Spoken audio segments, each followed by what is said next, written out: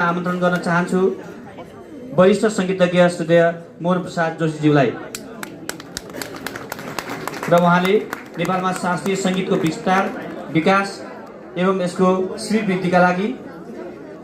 दिनुभएको महत्त्वपूर्ण योगदानका लागि हार्दिक धन्यवाद ज्ञापन गर्दै उहाँलाई यस अन्तर्राष्ट्रिय संगीत महोत्सव 2026 को तर्फबाट उहाँलाई हामी ललित कला दीर्घ सेवा सम्मानले सम्मानित गर्न पाउँदा हामी धेरै नै खुसी छौं र सरले अझै पनि बाँकी